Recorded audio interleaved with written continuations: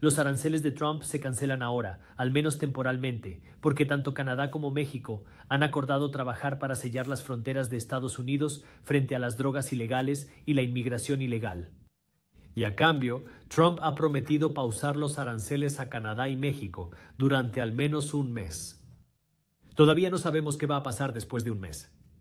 Y todavía no sabemos qué va a pasar con China. Ahora, las cosas podrían cambiar después de grabar este vídeo, pero en el momento de grabar este vídeo no sabemos lo que va a pasar con China todavía, así que los aranceles siguen en pie. Pero esto le dio a Wall Street y al mercado de valores un poco de respiro, porque a Wall Street no le gusta la incertidumbre. Y durante el fin de semana, Trump anunció un arancel del 25% sobre México, un arancel del 25% sobre Canadá y un arancel del 10% sobre China. Esto dio mucha incertidumbre porque ahora los inversores no sabían lo que esto significaría para la economía. ¿Va a crear una recesión? ¿Empeorará la economía? ¿Empeorará el problema de la inflación? ¿Qué significa esto para el Banco de la Reserva Federal? Las noticias sobre los aranceles generaron mucha incertidumbre, por lo que el mercado de valores sufrió una fuerte caída. Pero entonces, al mediodía del lunes, recibimos la noticia de que los aranceles de México se pausarían durante al menos un mes, porque el presidente mexicano dijo que acordaron enviar inmediatamente 10,000 soldados mexicanos a la frontera México-Estados Unidos para sellar la frontera contra el tráfico ilegal de fentanilo y otras drogas. Y a cambio se pausaron los aranceles. Vimos que el mercado empezó a subir un poco, seguían bajando, pero empezaron a subir menos cuando se conoció la noticia de la pausa de los aranceles mexicanos. Luego, un poco más tarde, recibimos la noticia de que los aranceles canadienses también iban a ser pausados por razones similares. Justin Trudeau publicó que los aranceles propuestos se pausarían durante al menos 30 días. Mientras Canadá y Estados Unidos trabajan juntos porque Canadá ha dicho que va a elaborar un plan de $300 millones para ayudar a sellar la frontera contra el fentanilo. Y a cambio, los aranceles sobre Canadá serían pausados. Ahora, mientras que esta noticia de los aranceles se detuvo en Canadá y México dio Wall Street y el mercado de valores un poco de espacio para respirar, ya que se suponía que debía proporcionar menos incertidumbre, creo que en realidad da un poco más de incertidumbre, porque ahora la pregunta es, ¿qué va a pasar después de un mes? ¿Se reanudarán los aranceles o habrá más negociaciones?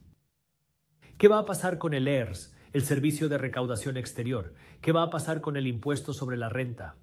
¿Y qué vamos a hacer ahora para ayudar a continuar estas conversaciones sin crear mucha incertidumbre en el mercado de valores y en la economía?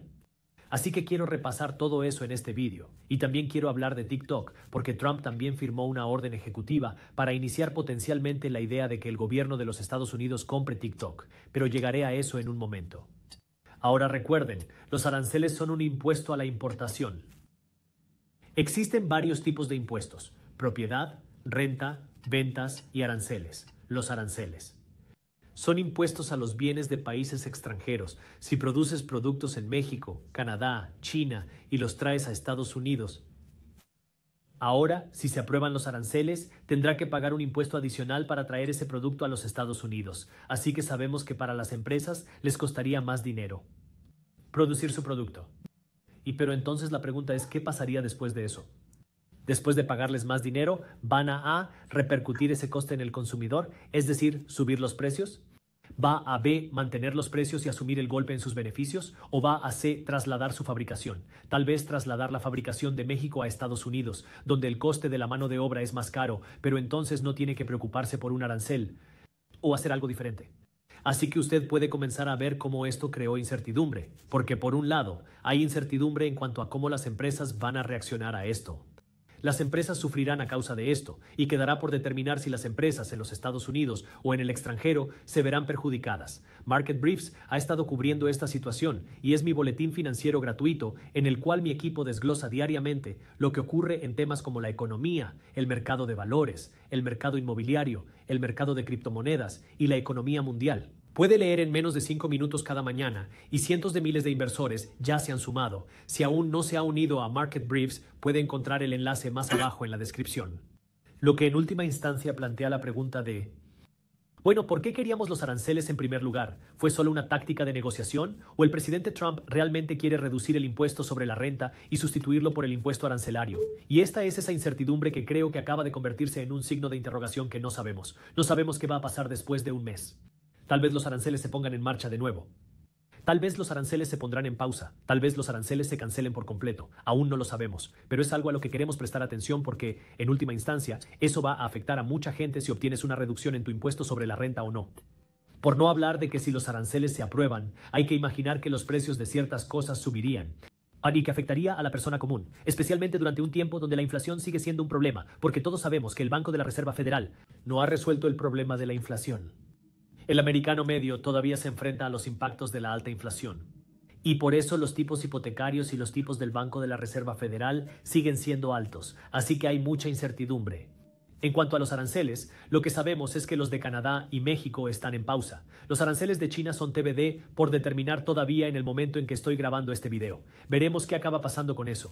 Pero parece que los aranceles en este momento eran más una táctica de negociación. Tal vez en marzo o abril los aranceles se promulgarán y será una historia diferente, pero aún no lo sabemos.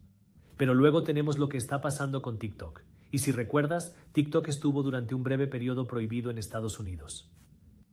Y fue entonces cuando Trump trabajó para traer TikTok de vuelta a los Estados Unidos, pero solo por un periodo temporal de tiempo, porque TikTok tiene que ser vendido a un comprador de Estados Unidos.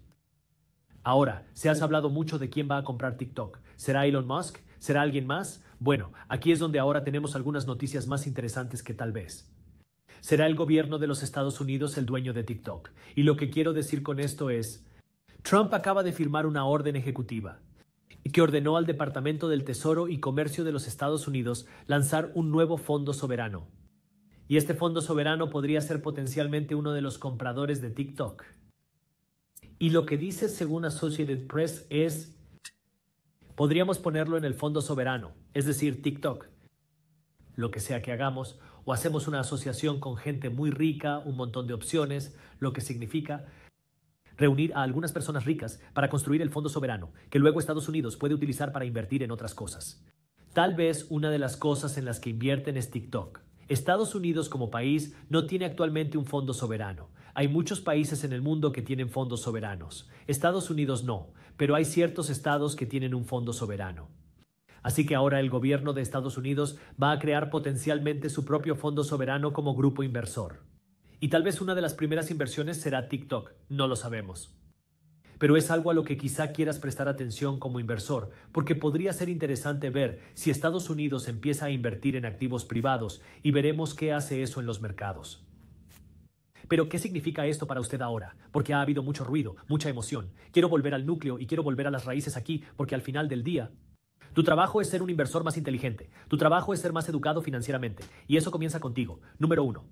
Ser capaz de diseccionar las emociones y entender lo que realmente está pasando. Número 2. Entender cómo encontrar la oportunidad. Ahora, sé que hablo mucho de esto, pero quiero hacer hincapié en esto porque es muy importante y lo más probable es que vamos a seguir viendo un montón de titulares interesantes que son muy emocionales. Y la realidad es, no quieres quedar atrapado en la emoción. Quieres entender lo que está pasando. Así que cuando leas un titular emotivo, quiero que leas la noticia, respires hondo y leas otra noticia para entender realmente lo que está pasando. Una vez que entiendas lo que está pasando, comprende que muchas veces las cosas no son tan malas como parecen y que tampoco son tan buenas como parecen. Los medios de comunicación tienden a exagerar las cosas. Una vez que entiendes eso, es cuando quieres ser capaz de encontrar la oportunidad. Y cuando digo encontrar la oportunidad, significa que tienes que ser un inversor, porque la realidad es que nuestro sistema económico está diseñado para beneficiar a los inversores. Punto. Nuestro sistema económico está diseñado para recompensar a los inversores. Punto. Como lo sé, porque como abogado licenciado, que es como tu abogado, lo que puedo decirte es que nuestro código fiscal está diseñado para beneficiar a los inversores. Si usted es un empleado y solo confía en sus ingresos fiscales W segundo, bueno, su ingreso B segundo tiene los tipos impositivos más altos y las desgravaciones fiscales más bajas. Cuando eres un inversor, puedes optar a tipos impositivos más bajos o a mayores exenciones fiscales dependiendo de cómo hayas ganado tu dinero. Nuestro sistema económico está diseñado para beneficiar a los inversores. Llevamos décadas viendo cómo la riqueza de los inversores supera a la del trabajador medio. No es un fenómeno nuevo y va a seguir ocurriendo en el futuro. Así que si quieres ganar en este sistema económico, en primer lugar, tienes que entender que esto está sucediendo y, en segundo lugar, hacer algo al respecto. Eso significa convertirse en un inversor. Ahora, ¿cómo lo haces? Bueno, si quieres convertirte en un inversor, lo primero que tienes que hacer es poner tu dinero en orden. Tener algunos ahorros de emergencia para protegerte en caso de que algo malo suceda. Y luego, número 2.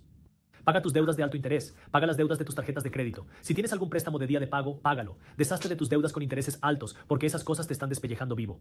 Luego crea un sistema en el que siempre apartes dinero para invertir. Tal vez algo como un plan 75, 15, 10, que dice que por cada dólar que ganes, 75 centavos es el máximo que puedes gastar. 15 céntimos es el mínimo que inviertes. 10 céntimos es lo mínimo que puedes ahorrar. Eso es lo primero que tienes que hacer siempre. Apartar dinero para ahorrar e invertir. Ahora que tienes dinero para ahorrar, esos ahorros están ahí para protegerte. Y luego que tienes dinero aparte para invertir, aquí es donde puedes decidir cómo vas a invertir tu dinero. Estrategia 1, lo que me gusta llamar la inversión pasiva, es que usted está invirtiendo su dinero en la economía de Estados Unidos. Esto es algo así como invertir tu dinero en el S&P 500. Ahora mira, yo soy solo un tipo al azar en YouTube. No puedo decirte qué hacer. No soy un asesor financiero. Tienes que encontrar la estrategia adecuada para ti. Pero el S&P 500 es un grupo de las 500 empresas más grandes del mercado de valores. Es una forma de invertir en la economía americana. Existen fondos, ETFs, que le permiten invertir en el S&P 500. Así que ahora, podría seguir la estrategia ABB, siempre comprando. Cada semana, cada 2 semanas, cada mes, usted acaba de comprar un poco más de la economía. Compras un poco más de algo como el S&P 500 y luego no te preocupas por ello. No te preocupes por los aranceles. No te preocupas por quién está en la Casa Blanca. No te preocupa nada de lo que pase en la economía. Sigues comprando pase lo que pase. Esa es la estrategia 1. Estrategia número 2 es que quieres ser un poco más activo. Esto no es comercio, pero quieres encontrar más oportunidades únicas. Usted sabe que el gobierno de Estados Unidos está a cargo de una gran parte de nuestra economía, una gran parte de nuestro PIB. Así que puedes mirar, bueno, ¿qué va a cambiar? El gobierno de Estados Unidos va a invertir en centros de datos. Quieren invertir en inteligencia artificial. ¿Cómo crea eso una oportunidad económica? ¿Cómo crea eso una oportunidad de inversión? El gobierno de Estados Unidos aboga porque la gente vuelva a la oficina. ¿Cómo crea eso una oportunidad de inversión? El gobierno de Estados Unidos es muy partidario de deportar a los inmigrantes ilegales. ¿Cómo crea esto una oportunidad de inversión? El gobierno de Estados Unidos habla de invertir en exploración espacial. ¿Cómo crea eso una oportunidad de inversión? Estudiando lo que está pasando. Estar involucrado en la investigación de los inversores y luego buscar oportunidades de inversión e investigar, estudiar los estados financieros, estudiar las empresas, estudiar a los directores generales. Eso es ser un inversor más activo, porque ahora estás haciendo el análisis fundamental. Tú decides qué es lo que te conviene. La tercera opción es hacer un híbrido de ambas. Eso es lo que yo hago. Tengo mi estrategia de inversión pasiva. También tengo mi estrategia de inversión activa. Tienes que conocer el juego para ti. Ir y copiar ciegamente lo que hace una persona cualquiera en Internet es una receta para el desastre. Ir y preguntar a alguien qué acciones debería comprar es una receta para el desastre, porque su tolerancia al riesgo es diferente a la mía. Su horizonte temporal es diferente al mío. Su objetivo es distinto del mío. Por eso, la forma en que ves una inversión exitosa va a ser muy diferente a la mía. Por eso es tan importante que empieces a construir tu educación financiera, porque la realidad es que todo el mundo se deja llevar por la emoción, pero la mayoría de la gente no tiene ni idea de cómo sacar provecho de lo que está pasando. Eso es lo que quiero para ti. Quiero que entiendas lo que está pasando. Quiero que seas capaz de capitalizarlo, porque ahí es donde se construye la verdadera riqueza. Y con eso nos vemos mañana en YouTube.